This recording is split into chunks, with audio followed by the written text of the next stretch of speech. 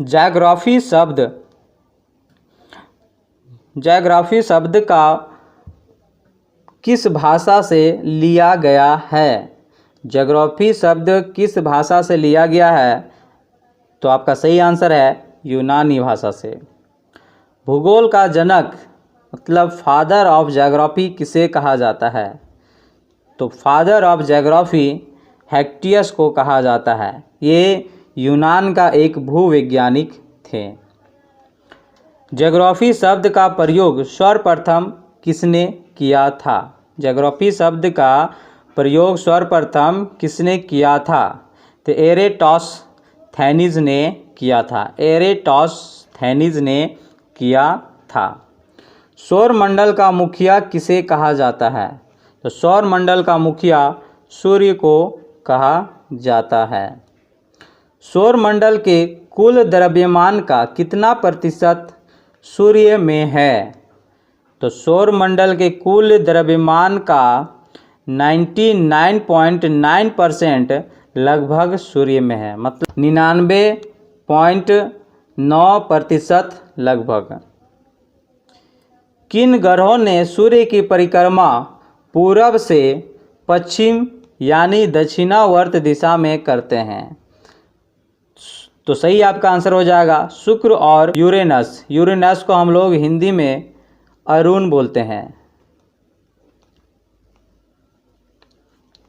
सौरमंडल के केंद्र में कौन है? तो सौरमंडल के केंद्र में सूर्य है। सौरमंडल के लिए प्रकाश तथा ऊष्मा का एकमात्र स्रोत कौन है? तो सौरमंडल के लिए प्रकाश एवं ऊष्मा का स्रोत एकमात्र स्रोत सूर्य है। सूर्य हमारी मंदाकिनी दुग्ध मेखला के केंद्र से लगभग कितनी दूर पर स्थित है? तो सूर्य हमारी मंदाकिनी दुग्ध मेखला के केंद्र से लगभग 30,000 प्रकाश वर्ष दूरी पर है। 30,000 प्रकाश वर्ष दूरी पर है। सूर्य दुग्ध मेखला का क्या है? सूर्य दुग्ध मेखला का एक तारा है।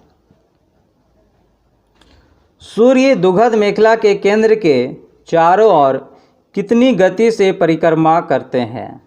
तो सूर्य दुग्ध मेखला के केंद्र के चारों ओर 250 किलोमीटर प्रति सेकेंड की गति से परिक्रमा करते हैं और इस परिक्रमा को पूरा करने में सूर्य को 25 करोड़ वर्ष लग जाते हैं और इस परिक्रमा में लिया गया समय को ही ब्रह्मांड वर्ष कहा जाता है। सूर्य को दुग्ध मेखला के केंद्र के चारों ओर एक परिक्रमा करने में कितना समय लगता है? तभी हम बताएं 25 करोड़ वर्ष लगता है। ब्रह्मांड वर्ष किसे कहते हैं ये भी मैं बता चुका हूँ कि सूर्य द्वारा दुग्ध मेखला के केंद्र के चारों ओर एक परिक्रमा में लिया गया समय को ब्रह्मांड वर्ष कहा जाता है। सूर्य अपने अक्ष पर किस दिशा घूमता है? तो सूर्य अपने अक्ष पर अपने आप को किस दिशा में घूमता है? तो पूरब से पश्चिम दिशा की ओर घूमता है। सूर्य का मध्य को अपने अक्ष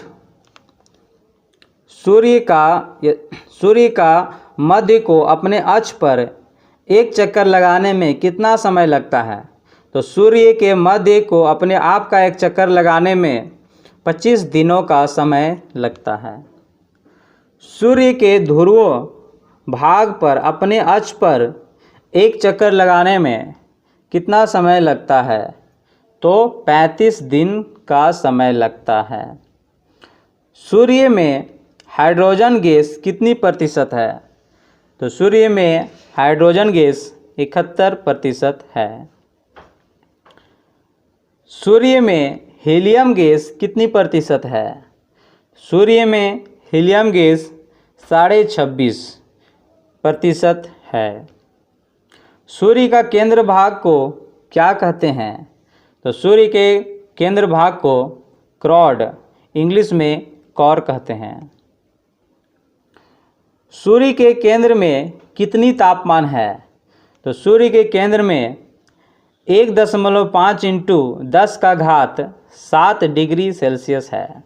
फिर से 1.5 इंटू 10⁻7 डिग्री सेल्सियस है। सूर्य के बाहरी सतह पर तापमान कितनी डिग्री होती है?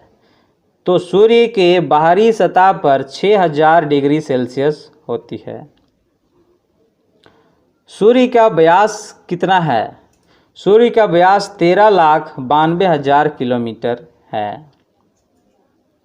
सूर्य हमारी पृथ्वी से कितना गुना बड़ा है?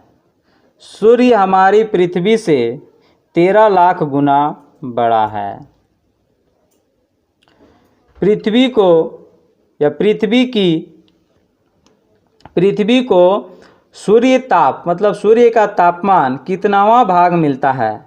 तो सूर्य का 2 अरबवां भाग पृथ्वी को मिलता है। सूर्य की उम्र कितनी है? सूर्य की उम्र 5 बिलियन वर्ष है। भविष्य में सूर्य द्वारा ऊर्जा देते रहने का समय कितना है? तो सूर्य द्वारा ऊर्जा देते रहने का भविष्य में 10⁻11 वर्ष है। 10⁻11 वर्ष। सूर्य के प्रकाश को पृथ्वी तक पहुंचने में कितना समय लगता है? तो सूर्य के प्रकाश को पृथ्वी तक पहुंचने में 8 मिनट 16.6 सेकेंड का समय लगता है। सूर्य के प्रकाश द्वारा एक वर्ष में तय की गई दूरी को क्या से मापा जाता है? तो सूर्य के प्रकाश द्वारा एक वर्ष में तय की गई दूरी को प्रकाश वर्ष से मापा जाता है। एक प्रकाश वर्ष का मान क्या होता है? एक प्रकाश वर्ष का मान 9.46 गुना 10⁻12 किलोमीटर होता है। प्रकाश का वेग कितनी है? प्रकाश का वेग 3 लाख किलोमीटर पर सेकेंड है। सूर्य से पृथ्वी के बीच की औसत दूरी को क्या से मापा जाता है? तो सूर्य से पृथ्वी के बीच की औसत दूरी को खगोलीय इकाई जिसे इंग्लिश में एस्ट्रोनॉमिकल यूनिट कहा जाता है, इसी से नापा जाता है। एक खगोलीय इकाई का मान कितना होता है? एक खगोलीय इकाई का मान 1.48 गुना 10⁸ किलोमीटर लगभग होता है। दूरी का सबसे बड़ा मात्रक क्या है? दूरी का सबसे बड़ा मात्रक पारसेक होता है। एक पारसेक का मान क्या होता है? एक पारसेक का मान 3.26 प्रकाश वर्ष के बराबर होता है। तो ये सारे क्वेश्चन मैंने पिछले जितने भी भूगोल का वीडियो बनाया है उसी से मैंने लिया है।